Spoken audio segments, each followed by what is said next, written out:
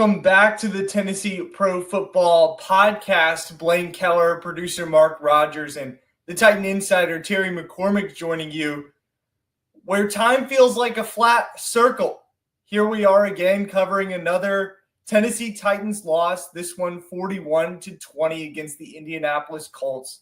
Another 0-3 start by the Titans, Terry. Another coaching blunder by Brian Callahan. And to top it all off, a coach better, play better mantra from the coach at the end of it all in the post-game press conference.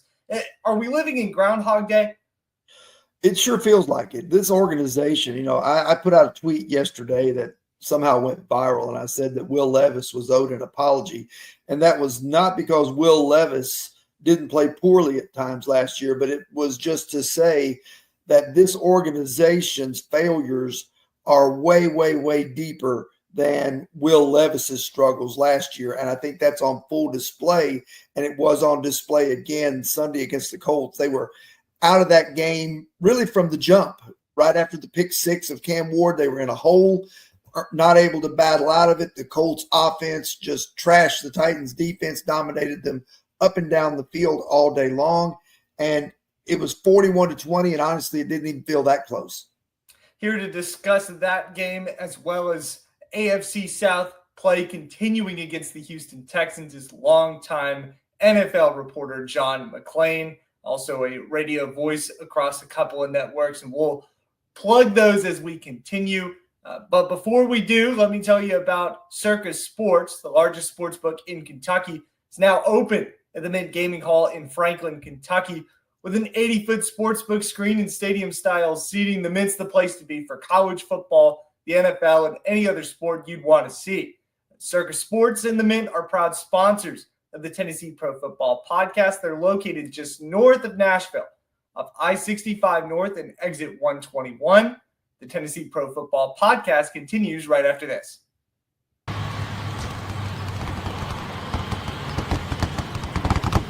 The winning just got closer. All new Sportsbook, the latest gaming machines, live horse racing, and more. The Mint Gaming Hall, Kentucky Downs. Winning just got closer. At Delta Dental of Tennessee, we know our success begins and ends with providing superior quality service, and that includes serving those who need it most. This year, we're celebrating 25 years of giving back to the community we call home. Delta Dental, along with our Smile 180 Foundation, supports Tennessee's dental colleges and oral health education, children's hospitals, free and reduced cost dental clinics, and other like-minded charities. Here's to the next 25 plus years of ensuring healthy smiles. Deep in a forest at Nashville Zoo, new creatures here for you to view. Phantoms graced in black and white swing high in trees of dappled light. In rocky crags, tall and steep, small antelopes with nimble feet. A wise old man with beard of white, a sentry perched on stony height. Amidst it all, a hunter lies, with coat of gold and steely eyes. A new adventure just for you. Leopard Forest at Nashville Zoo. Open now. He shoots, and he scores!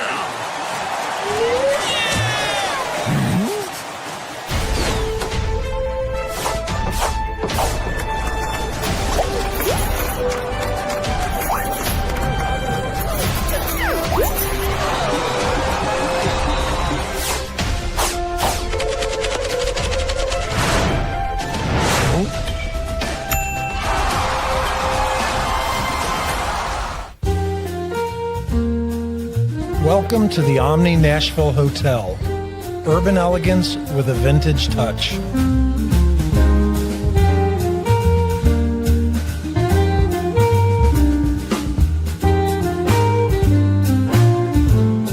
Our 800-room hotel opened up in the fall of 2013 with 746 guest rooms and 54 suites. If you want the latest in weather conditions, be sure to tune in to our Busy Bee Plumbing Weather Report each weekday on Mornings on Main Street. Brought to you, of course, by Busy Bee Plumbing, Heating, and Air Conditioning. We will keep you updated on the latest conditions outside, like severe weather, heat, snow, rain, and even hail.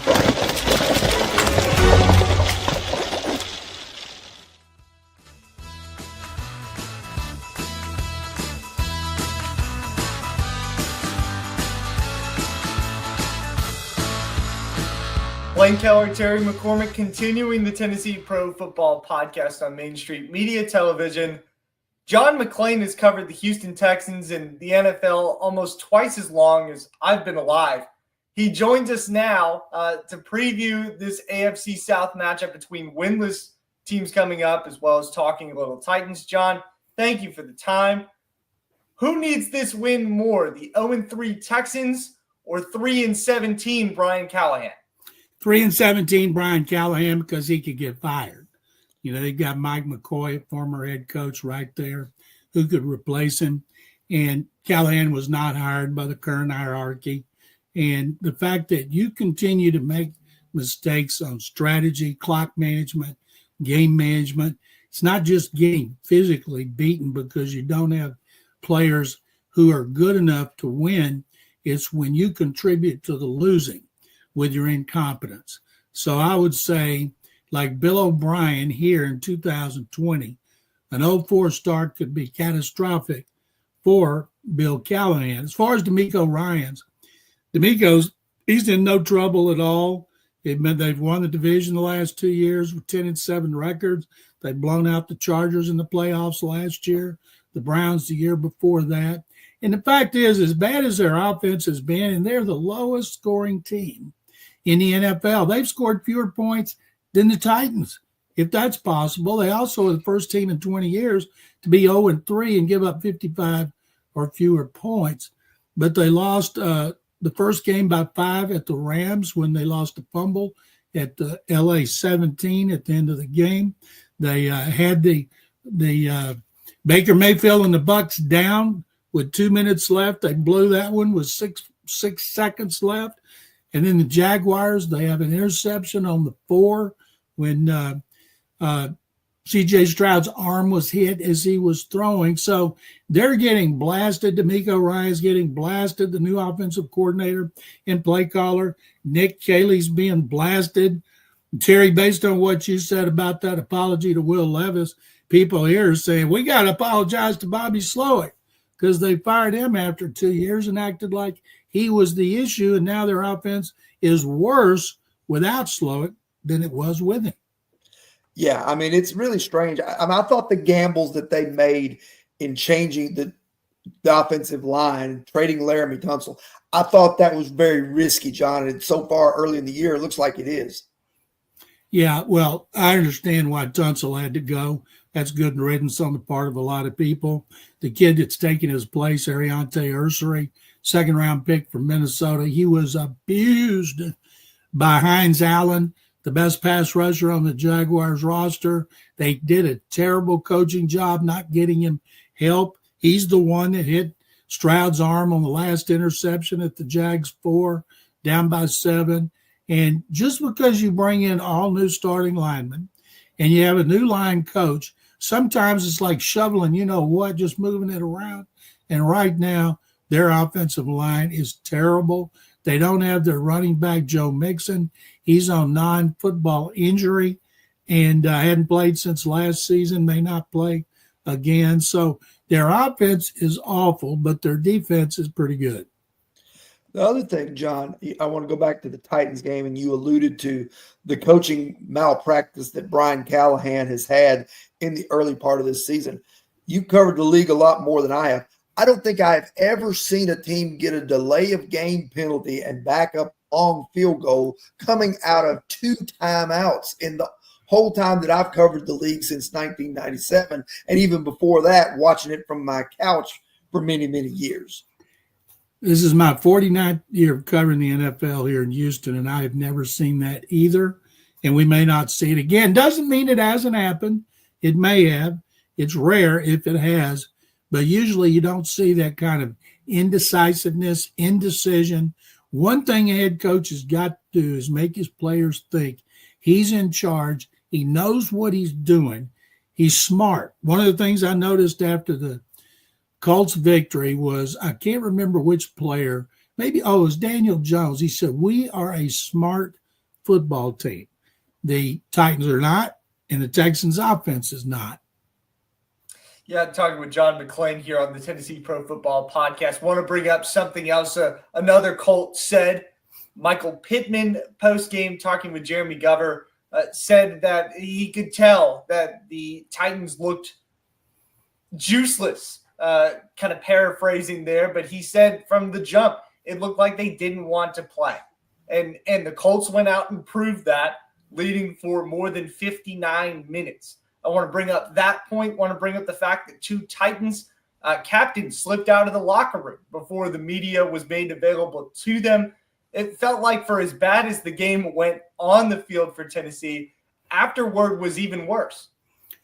Well, first of all, that's an indictment of Callahan and the coaching staff based on what he said, and then based on what the two Titans said about being flat. That is just an indictment of the coaching staff. And as far as players slipping out, it happens. But when you're a captain for a reason. And I hope that the players who stayed, who faced the music, got a lot of credit for doing it, because they would rather have ducked the media as well. And when you duck the media, you're ducking the people that pay your salaries. People act like the media is there for us. We're there for the people that read us, watch us, subscribe to us, listen to us, and they pay the freight. They pay the players' salaries. That was a really bad look for what is shaping up as a bad football team. And I'll say this, they get the first overall pick. They should be able to reap multiple picks out of that to a team that's going to want a quarterback. John, you probably have now seen the whole sequence that at the end of the first half, and we've already hashed out, how egregious the mistake was. But then when they go to halftime, there's boos because of what transpired. Then when Burke Nihill steps up to introduce Mike Keith as he's being inducted into the Ring of Honor, he's cascaded with boos. And there's Amy Adams Strunk and Kenneth Adams there on the field. Neither one of them spoke at the Ring of Honor ceremony, probably knowing that had they done so, they would have been booed out of the stadium too. So they allowed Burke Nihill to absorb that for them.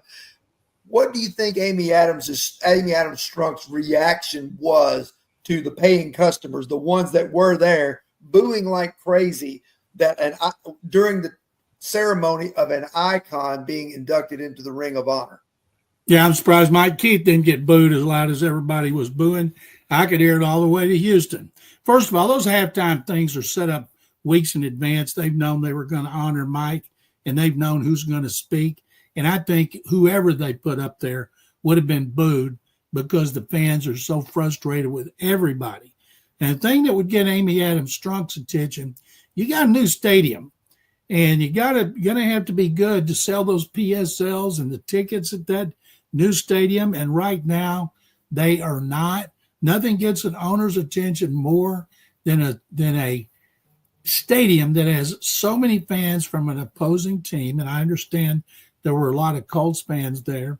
Fans who do show up, head for the exits early, and spend most of the game booing. I can't imagine.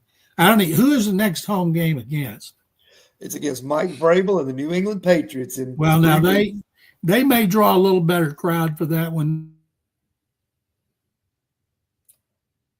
Seems as though we may have lost John McClain for a second.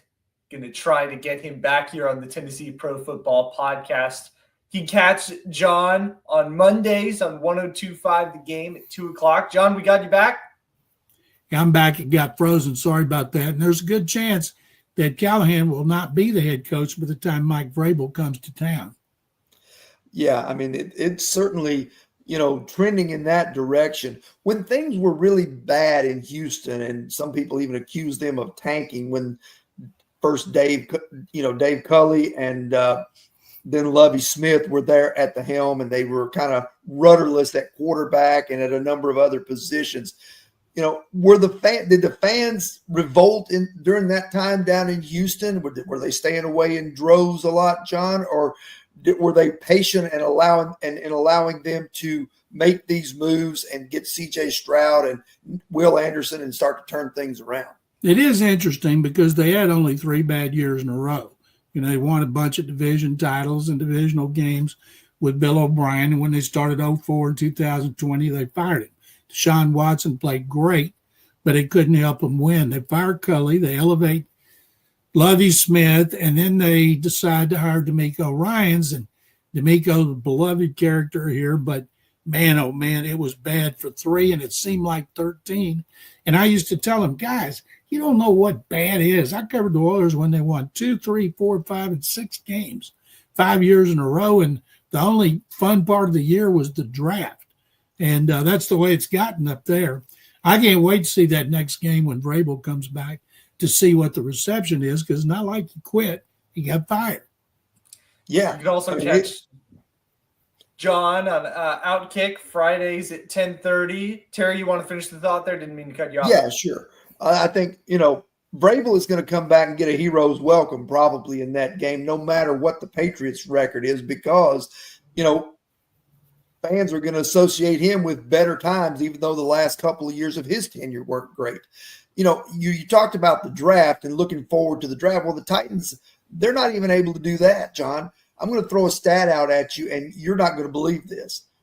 From the draft classes of 2020 through 2023 with the Titans, they have 3 players currently on the 53-man roster. Now, there's 2 or 3 more that are on IR, like Will Levis and Tajay Spears, Traylon Burks, who's pretty much done here. But they have 3 players to show for 4 drafts, which should be the foundation of your team. And they have nothing to show. That's why this thing is in such a mess. That is pathetic with a capital P. If you don't have the players, you're not going to win. You can play hard. Playing hard and being smart doesn't cost money. But boy, if you can't draft and you can't develop, you're just going to be spinning your wheels. John, one more for you on my part here. The record's the same between Houston and Tennessee going into this next week matchup. You mentioned the weight of an 0-4 start and how it affected Bill O'Brien a few years back, how it could maybe impact Brian Callahan.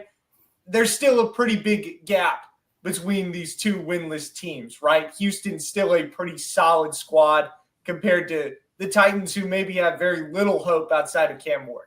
As I mentioned earlier, Blaine, all those close losses the Texans have had right down to the wire on all 3 shows they're close, but they put themselves in that situation by being so awful on offense.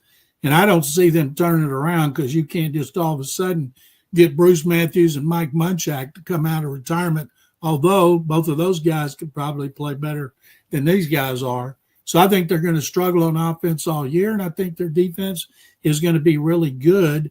And their pass rushers, Will Anderson Jr., Danielle Hunter, they'll do everything they can to get all over Cam Ward. Cam Ward will have a large contingent here of family and friends and fans, because he's just down the road in Columbia. So it'll be a big day for Ward. John, I'm going to throw one more at you, and, you can either give Titans fans some hope, or you can, shoot this in the foot. A lot has been talked about that when you draft a young quarterback, he needs continuity. And you see all of the Titans know full well. They saw it with Marcus Mariota when they changed coaches and coordinators, saw it with Jake Locker when they changed coaches and coordinators. They changed coordinators on Vince Young. They did it on Will Levis. When you pull the rug out from under a young quarterback and change the coach, change the coordinator, make him learn a completely new system, what does it take to make that work? Because most of the time when it happens, it sets them back to square one, and they don't recover from it. Terry, you better make damn sure you get it right the next time. New coordinator, new system, new terminology, new everything. And it's okay at this point because he's still learning, but you don't want to do like some teams where they change every 2 years. And Ward, this is not all bad for him. Learning how it goes when things are bad, you learn a lot of lessons from that. I think ultimately it will be good for him. Catch John McClain on 102.5 The Game, 2 o'clock on Mondays, also 10:30 Fridays on Outkick. John, we really appreciate your insight and look forward to your coverage as well as Terry's against the Texans. Blaine and Terry, thank you guys very much. I enjoyed it. Well, I'm be happy to come on with you anytime. All right. See you Sunday, John. One more break coming on the Tennessee Pro Football Podcast. When we come back, as usual, our stock report, lots of downs. We'll try to find some ups. You're watching the Tennessee Pro Football Podcast, brought to you by the Mint Gaming Hall on Main Street Media Television.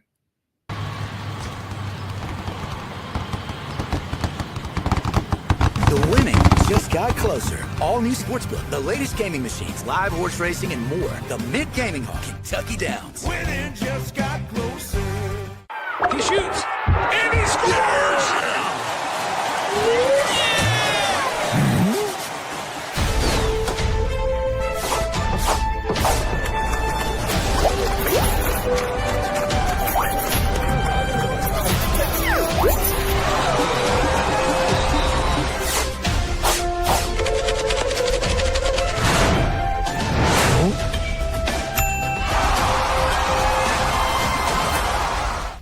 At Delta Dental of Tennessee, we know our success begins and ends with providing superior quality service, and that includes serving those who need it most.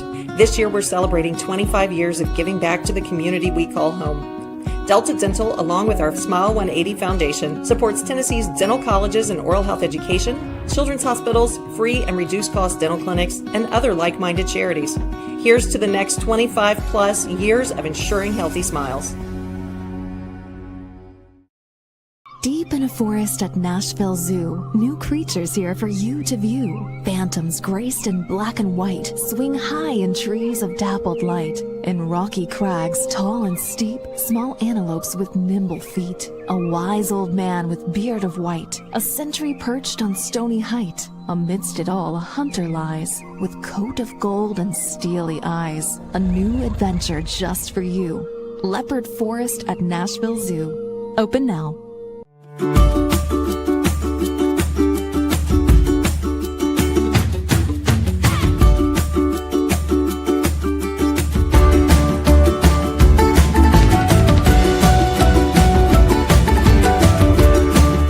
Hi, I'm Joseph Burgoyne, Chef Tornado of the Omni Nashville Hotel. Come see us at Kitchen Notes.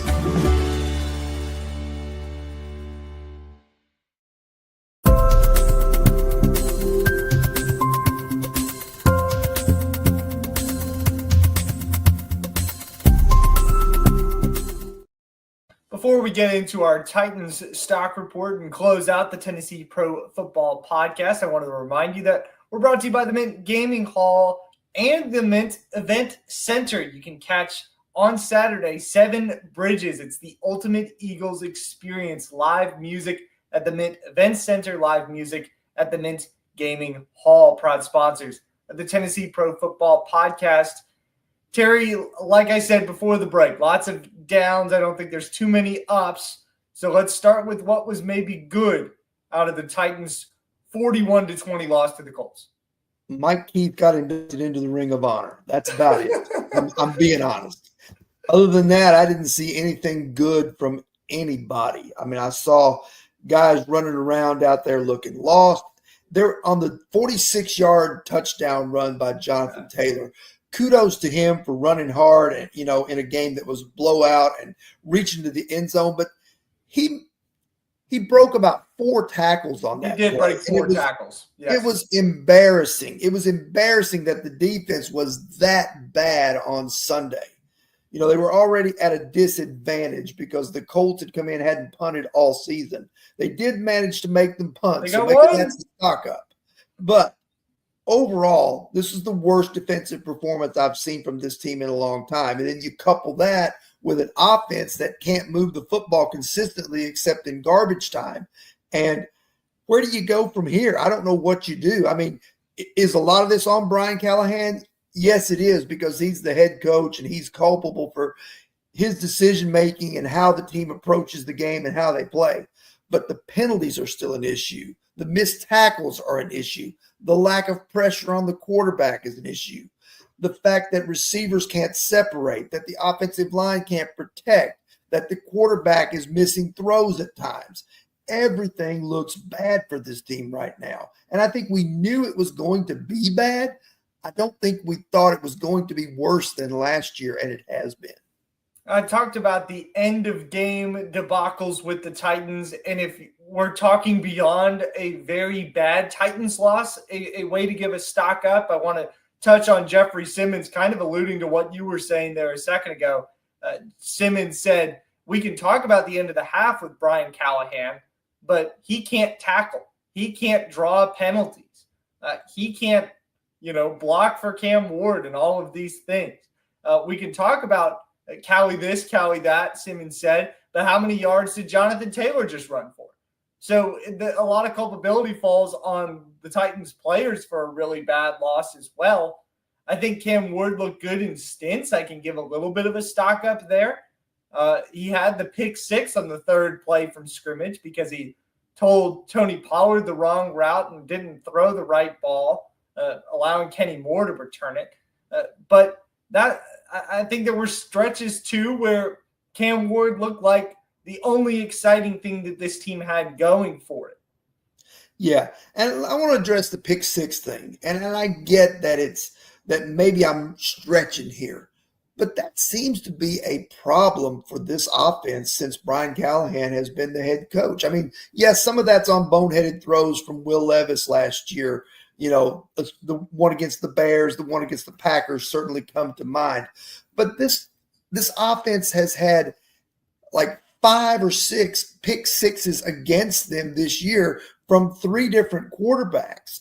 You know, I think it comes from the fact that the ball is thrown near the line of scrimmage seemingly a lot. And when you misfire on that throw, it's basically if the defender catches it, he's off to the races. And I think that's another thing that when this offense is not executed properly in the pass game, it feels like the results are punitive. You're talking the last 2 years with Levis, Yes. Rudolph, and Ward. Yeah, I think all 3 of those guys. I'd have to look, but I feel like Levis definitely has one at least. He had 2. I had 2. I know for sure, but I think he had a third, and I think pretty sure Rudolph had 1 or 2.